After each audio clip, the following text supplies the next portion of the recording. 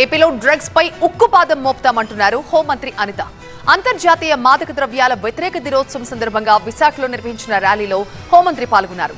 Drugs కి వ్యతిరేకంగా ప్రతిజ్ఞ చేయించారు. డ్రగ్స్ ఆన్లైన్ లో అమ్మేస్తున్నారని, స్మగ్లర్లకే అంత తెలివితేటలుంటే ఐపీఎస్ ఆఫీసర్లు ఇంకాస్త స్మార్ట్ గా పనిచేయాలి అన్నారు అనిత. అరికట్టేందుకు మనం స్మార్ట్ వర్క్ చేద్దాం, హార్డ్ వర్క్ కాదు. నేను లాస్ట్ టైం చెప్పా, ఇప్పుడు మనకి ఏజెన్సీ నుంచి విపరీతంగా గాంజా అన్నది దిగుమతి అవుతుంది. నేను ఇంతవరకు మొన్న సిపి గారితో కూర్చున్నటువంటి వరకు శీలావతి అంటే చేపే అనుకున్నా. డ్రగ్ కూడా ఉంటుందని నాకు తెలియలే, గాంజాలో ఒక పార్ట్ ఉంటుందని నాకు సంగతి తెలియలే. బట్ అంటే వాళ్ళు కూడా డ్రగ్స్కి కూడా ఒక మంచి మంచి పేర్లు పెట్టుకొని వాళ్ళు ఎంత స్మార్ట్ వర్క్ చేస్తున్నారమ్మా, ఒకసారి ఆలోచించండి. ఫ్లిప్కార్ట్లో అమ్మేస్తున్నాడు డ్రగ్స్ తెలుసా, అమెజాన్లో అమ్మేస్తున్నారు, ఈవెన్ కొరియర్ సర్వీసెస్లో డ్రగ్స్ అమ్మేస్తున్నారు. అంటే ఒక డ్రగ్ అమ్మేవాడికే నీకు ఇన్ని చావు తెలివితేటలు ఉంటే, ఐపీఎస్ ఆఫీసర్ల కింద పోలీసుల కింద 6 నెలలు ట్రైనింగ్ అయ్యి కాకి చొక్క ఒంటి మీద పడ్డగానే ధైర్యంతో సెల్యూట్ కొట్టే మన పోలీసులు ఇంకెంత స్మార్ట్గా ఉండాలో ఒకసారి ఆలోచించండి. తప్పుడు పని చేసే వాడికి ఆయన తెలివితేటలుంటే, నీతి నిజాయితీగా ఉండి రాష్ట్రాన్ని, రాష్ట్ర భవిష్యత్తుని ముందుకు తీసుకెళ్లడంలో 24 గంటలు కాపలా కాస్తున్న మన పోలీసులకి ఎన్ని తెలివితేటలు ఉండాలో ఆలోచించండి. నేనేమంటానంటే ఎస్, స్మార్ట్ వర్క్ చేద్దాం. గంజాయి మారుమూల పల్లెల్లో కూడా వెళ్లిపోయిందని ఆవేదన వ్యక్తం చేశారు హోంమంత్రి అనిత.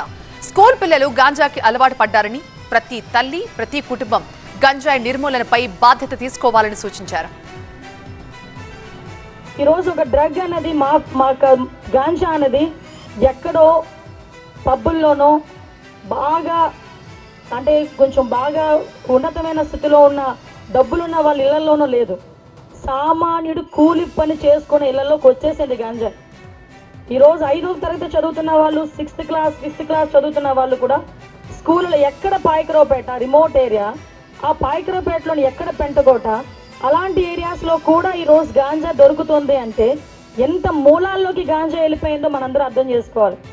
సో ఆ మూలాల నుంచే మనం బయటకు తీసుకురావాలంటే ఈరోజు పోలీస్ ఆఫీసర్స్, ఈ రెవెన్యూ డిపార్ట్మెంటు, హెల్త్ డిపార్ట్మెంటు, ఈ ఆర్గనైజేషన్ వాళ్ళు కాదు, ప్రతి తల్లి దీని మీద రెస్పాన్సిబుల్గా తీసుకోవాలి, ప్రతి కుటుంబం రెస్పాన్సిబిలిటీ తీసుకోవాలి, ప్రతి వ్యక్తి, ప్రతి ప్రజలు కూడా రెస్పాన్సిబిలిటీ తీసుకోవాలి. మాకెందుకులే అనుకుంటే రేపు పొద్దున్న మీ ఇంట్లో అదే పరిస్థితి వచ్చినప్పుడు నువ్వు గగ్గోలు పెట్టడంలో తప్ప వేరే ఆప్షన్ కూడా ఉండదు. రాబోయే కాలంలో ఈ మాదక ద్రవ్యాల వినియోగం ఏదైతే ఉందో దీని మీద ఉక్కుపాదం పెట్టడానికి డిపార్ట్మెంట్తో పాటు ప్రతి ఒక్కరు కూడా సోషల్ రెస్పాన్సిబిలిటీ తీసుకోవాలని మనస్ఫూర్తిగా ఆంధ్రప్రదేశ్ ప్రజలందరికీ కూడా విన్నవించుకుంటూ